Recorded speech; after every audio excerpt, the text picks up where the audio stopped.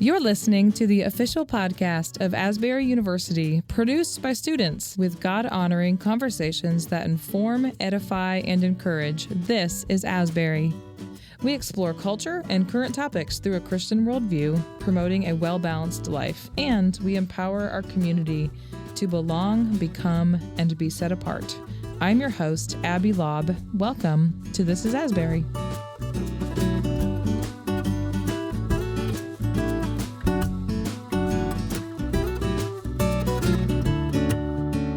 Welcome to the podcast. I have a guest in the studio today who is really busy this time of year because you are the Director of Conference Services here at Asbury. Welcome, Christine Endicott. Thank you. Thanks for having me, Abby. Yes, of course. I'm so excited to get into your story because you just wrote a book recently, but a little more about you. You've been here for about 5 years. All three of your kids attended Asbury. You're from Indiana. What we're going to talk about today is a book that you've recently published. Can you tell us about that? Yes, it's called Be a Parent, Bonding and Building for a Lifetime. Awesome. So it's about parenting. Yes. Motherhood, all of the things. What inspired you to write this book, Christine? It was my children who really pushed me to write it. But as they left the home and talked to friends and realized, they're like, Mom, how did you know to do this? Or why did you set things up this way? They appreciated the way their lives were organized, and so they asked me to write a book about it so then that they could use it for their own parenting. So you must have thought, wow, I guess I did something right. My kids want me to write a book about parenting.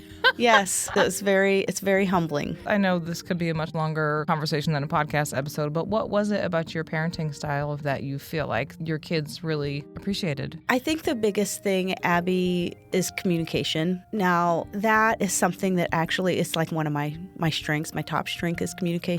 My husband is a strong communicator, so it came naturally to us. So I know for other people it can be harder, but just making those very clear guidelines. I also have a very strategic mind, so simple things like chores and arguing over who's doing what, and then just coming up with a chore chart. So then there was no argument and making those expectations clear. Right. This is what's expected. From the time they were very little, we told them, when you grow up and you finish high school, you will have 3 choices. You can either go to college, you can join the military, or you can start paying rent. I love that. Now, that doesn't mean I'm going to kick you out of the house, but you're not going to live here for free. Yeah. By the time you're 18, you've got to do something. They knew that all along, and then I held true to that. And because I held true to stuff from the time they were young, they knew I would hold true to that. So what do you think they appreciated about that? They had the choice to communicate with us as well. So I remember when we would have challenging times, we would have a family meeting, and this would always create a large groan from the kids. We're going to have a family meeting tonight. Oh, boy. We would use a speaking spoon, which was a wooden spoon, and whoever awesome. had the wooden spoon spoke. And you were not allowed to say anything unless you had the spoon. And when you got the spoon, the first thing you had to do was repeat what the person before you. So you're not just sitting there thinking about what you want to say. You also have to listen. Yeah. What was really funny is one time they were in probably late elementary, early middle school, and they came to my husband and I and said, we want to call a family meeting. The kids called and we were like, okay. So basically, I think their bedtime was 9 o'clock, and we loved watching the show American Idol. And the final episode was like a 2-hour thing, and it was on till 10. And so they said, when they do those nights, we go to school, and we don't know who the person was, even though we recorded whatever, and everybody's talking about it. They're missing out. They're missing out. So their thing was those weeks, could they have their bedtime an hour later? So we're like, yes, that was a good argument. And they said, we'll be ready for bed, and we'll brush our teeth on commercials, and it empowered them. It wasn't just about us dictating to them. It was about creating things together as a family and discussing it. And they knew that they had power in that communication as well. They had power and they had structure. It just lets them know that there is order and there's a system in place for their life. And I think kids, whether they want to admit it or not, they crave that. They want boundaries. We all do. We all want to know what our expectations are. Shifting gears just a little, what was one of your favorite parts about being a mom then and then now that your kids are grown? It is overwhelming when you become a parent. It's wonderful and it's overwhelming to realize, oh my gosh, I'm responsible for this little being. But I think that was the joy in it, is that I'm responsible for this little being and creating, whether they are kind, whether they are giving, teaching them things so that they have knowledge. Basic things like taking a walk and teaching them the different colors of flowers. So I think that was the joy of parenting, was being able to take my life and things I did and didn't like about it and being able to try to inspire their life and encourage them in other ways. But also part of the joy is their individual personalities. Huge challenge in that. Yes. They're like, oh my gosh, they're not like me and I need to be okay with that and not forcing. That was the hard part, is not forcing things, knowing when to back off and when to encourage and where to draw the lines. Parenting is like working for years and never getting paid. And then all of a sudden, like a teacher compliments your kids, or you see them do it's like, oh, it's like money in the bank. Paycheck. Yes. Paycheck. So every once in a while now I'll be like, oh, getting a paycheck. Oh, that's so true. Well, I love that you can look back and just kind of enjoy now. And I know your kids still call you and you talk to them. There's still concerns that you have as a parent, but at least now they're on their feet. They have their own families to manage. So I'm sure that's in some ways just like, okay, we did it. For that new mom who isn't there yet, who isn't where you are yet, and I'm kind of in that now. I've got a middle schooler and third grader. Oh, that middle school. How would you encourage those moms in the trenches and not sort of on the other side like you are? Well, first of all, don't be too hard on yourself. Don't think that you're going to do everything right. Give yourself grace. Know that it is okay to feel overwhelmed. It is normal to feel inadequate. Your house is going to be messy and chaotic, and there will be days when you look in the mirror at 5 o'clock and realize you never brushed your hair, and it's all okay. Whatever season you are in and the challenges you are in, like my son used to never sleep through the night, and you feel like it is never going to end, but it does. I would take little crackers and sit them next to the bed because he would always wake up hungry, and I asked my friend, I said, is that horrible that I'm doing that? She said, it's not like when he goes to college, you're going to have to go put crackers in his dorm room. If this gets him back to sleep without waking you up, it's okay. Yes. So don't feel like you're going to make one choice that's going to ruin your kid's life. Yes. So I think you've got to be able to do something for yourself and know that sometimes choosing something for yourself is not selfish because it's giving you the replenishment to be able to pour into others. You know, you've heard that. You're like a pitcher. If you've got a pitcher of water that you can pour into other people, but if you never fill your own pitcher, then you have nothing left to give. Yeah. And I mean, I had nights where I would sit in my car in the garage and turn the music on and sometimes just sit there and cry because I just was exhausted and overwhelmed. Yeah. How close together are your kids? We had 3 kids in 34 months. Oh my goodness. Wow. Yeah. So imagine having an infant and a 14-month-old and a 2-year-old. No, I can't imagine that. they were all in diapers for about 6 months. Wow. My parents, there's 5 of us, and my twin sister and I were only 15 months younger than our older sister. And then they had a 4-year-old. So yeah, it was a little chaotic. People would ask, how do you do it? It's like, well, you don't have a choice. You just do it. All my kids want to have their kids within a couple years of each other because they loved growing up so close. So when you were writing this book, reflecting on your experiences, did you ever have any kind of imposter syndrome? Like, did you ever feel like, oh, I shouldn't be the one? There's a better mom out there to do this. All the time. I mean, even trying to write it, they asked me for years before I was able to finally put pen to paper. It was when I moved my son out to Colorado and the girls were already married. And I thought, okay, on the plane ride home from that, I started an outline. Really prayed for God to inspire me and help me and figure out how to put it together. The real reason I wrote it, Abby, was to help other parents. Because I think if there's one sentence that they read in this that makes parenting easier, then it will be worth it because it's not an easy journey. No, it's not. And especially now, we're so separated as a society from our support systems and our biological families. It's not like it was when we were growing up when like grandma was right up the street. We're a society that values independence and freedom and moving and this. We're just not together necessarily with our families and our support systems. And I think that can make it even harder. I think the fact, too, that even when I was growing up, for the most part, even your neighbors, you all kind of agreed on what was right and wrong. Yeah. And people would discipline other people's kids. Yeah. The neighbor lady would yell at me for climbing up in the tree. And you don't have that now. No, you don't. It's don't mess with my child. We're not doing this. We are doing that. I mean, even like a split on Santa Claus. We're definitely not operating out of the same generally understood worldview anymore when it comes to parenting and life. It's interesting because in some ways we are bombarded with all of this information and no privacy and everything is out in the open, and then at the same time you're isolated and don't have any support. How have you seen parenthood change from that idea of letting your kids take risks and letting them figure things out for themselves to now parents kind of just tend to want to do things for their kids and make it really easy for them in life? Honestly, in some ways, I still am kind of baffled. Initially, I wanted to call my book Common Sense Parenting. It worked for me, but there's already a book out there that's similar to that. You don't write your kids' papers for them. Even doing your kids' chores. If it's their chore to unload the dishwasher, well, they've got a game tonight or they've got this going on. It's like, okay, but when they're in the workforce and they have a task that they have to do and they've got 5 other things in their life that are happening, they still have to get that task done. So why not teach them when they're young? We had that system. You can pay your sibling to do your job for you if you can't do it, or you can go to dad or I and say, hey, I'm struggling this week and I do need help, but don't just let them off the hook without making them be responsible in some way. Our daughter, when she was 16, we told her she had to get a job. She fought us tooth and nail. She was furious. None of her friends had a job, blah, blah, blah, all this negative. I remember taking her to go pick up, she named like 3 places that she was going to apply. She slammed the door of the car to get out to go get her application so hard that I was like rocking in the car. And she has told us over and over and over again how much she learned from that experience and how important that was. And thank you so much for making me do that. It's just easier. It's easier to just say, oh, yeah, it's fine. Or,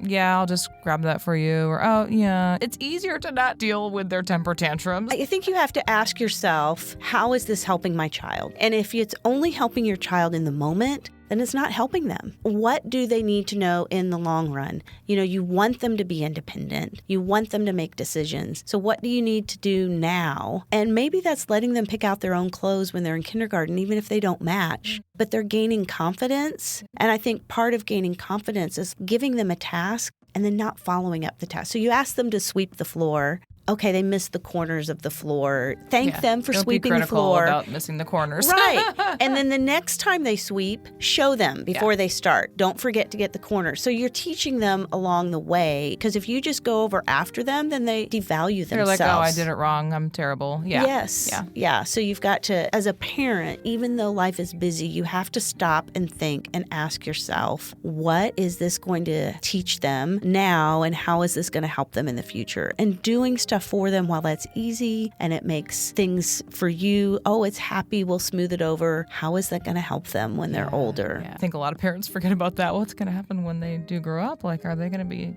asking me how to do things when they get in their first job or whatever it is? You've already empowered them to figure it out. And you have to be okay with that as a parent, that letting go of them is part of your job. Yes. Your job isn't to cling to them for the rest of your life. You've got to be able to let go. Let them fly the nest. Since this is Mother's Day week, Pew Research says that mothers are more likely than fathers to say that being a parent is the most important aspect of who they are as a person. What do you attribute this stat to? I find the question a little bit interesting because the way that it's worded, that they say that it's the most important aspect of who they are as a person. To me, that has a little bit of a negative. It's like, oh, that I wouldn't be that strong of a person without being a parent. So I disagree with that it's not about who I am as a person. But I will say that being a mother is the greatest gift that I have received in life. And that raising my children, I always tell them they're my magnum opus. They're my greatest work. But I think that we have to be careful to not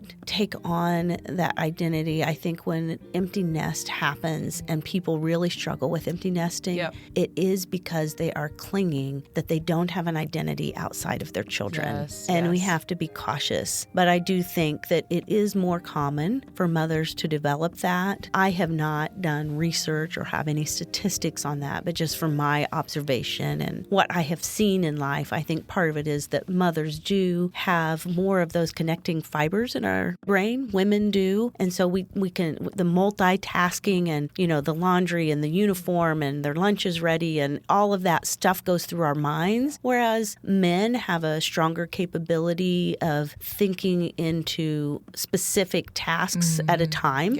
I mean, our brains are wired differently, and I think it allows them to really, really focus, but they don't get as wrapped up in all of the tiny little details and the nurturing aspect. Does that really answer what you were looking for? Well, and I think that's an important point that you brought in. Your children are not yours for you to idolize. My husband makes this joke. For a lot of people, kids are just like a cool accessory. Like, that sounds really terrible, but it's that whole idea of your kid will get in the best school and they will, like, it's about you at trophy. that point. Yeah. And at that point, it's about you. It's not about raising your kids in a God-honoring way. It's about what you can get from that. Or getting wrapped up in what you want them to accomplish rather than giving them to the Lord and saying, Lord, you give them the abilities to do what you want them to do. And then as a parent, backing up and allowing them the freedom to make those choices. And that's something else you said. And again, I don't know what the data is on this, but we've all seen people get a divorce once they become empty nesters because their whole entire marriage for all those years became about their children and they didn't have a relationship anymore. So that's also a danger just to guard your marriage against.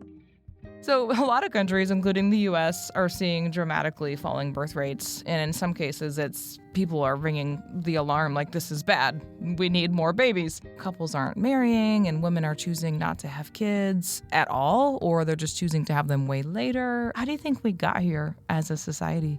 I think a big reason, and even people that I've talked to, I think some people tend to say that it's out of selfishness, that I don't want to take the time for a kid, but I think it's more out of fear. There's so much negativity. When I was a kid, news only came on in the evening. A lot of times after you went to bed is when parents watched the news. So you didn't hear all this negative, horrible stuff about the way people treat each other and all the negative things going on in the world. And now it's a constant bombardment. And they're like, why would I want to bring a child terrifying into this world that is so mean and evil? And I think that's a big part of it. They don't want to create another being who is going to have to struggle. We're just missing a lot of joy. We're missing that respect. It's so many things that you see. It's, people not taking care of their property. It's a lack of respect for their neighbors and for what they own. When they're, rude to each other, even politically, it's respecting both sides. It's teaching kids to respect the elderly, to respect your property, to respect positions of authority. And I think if we could get back to some of those basics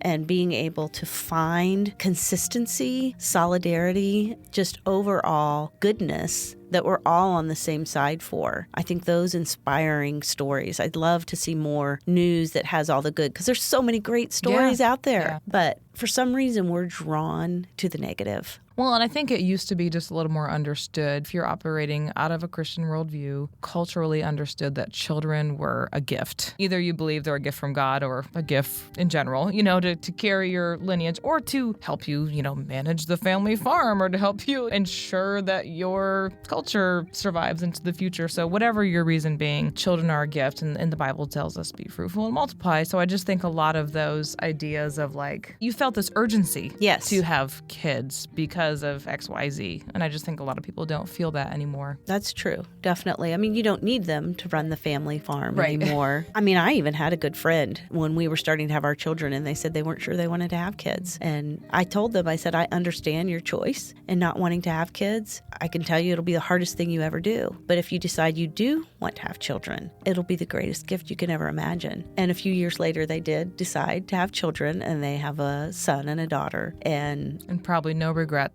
No. It's been wonderful and beautiful. Well, anything in closing that you want to share about the book? Any other pieces of advice or how you would encourage people? I will say that everybody who's read it, it's made them laugh.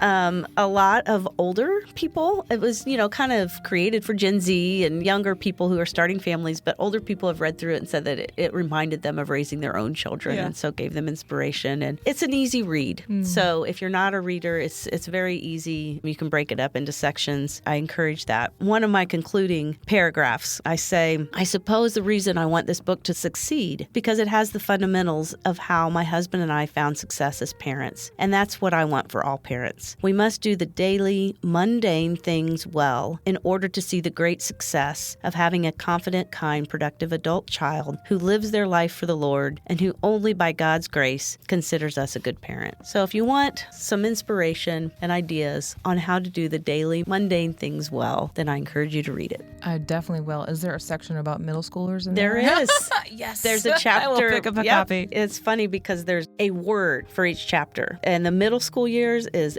be present. Oh, yes, that's good. Yeah, and high school is be honest. Thank you. Where can people find your book, by the way? They can find it on Amazon, and they can also find it in Fitch's IGA here locally in Wilmore, and they have it in Kinlaw Library. Awesome. Be a parent. I love that. We will be offering a discount for the book on Amazon for the month of May in honor of Mother's Day, so I forgot to add great. It's a great Mother's Day present. Thank you. Thanks for having me today, Abby, and happy Mother's Day to everyone out there. Well, thank you so much for joining us for this episode of This is Asbury. To learn more about Asbury University, visit asbury.edu.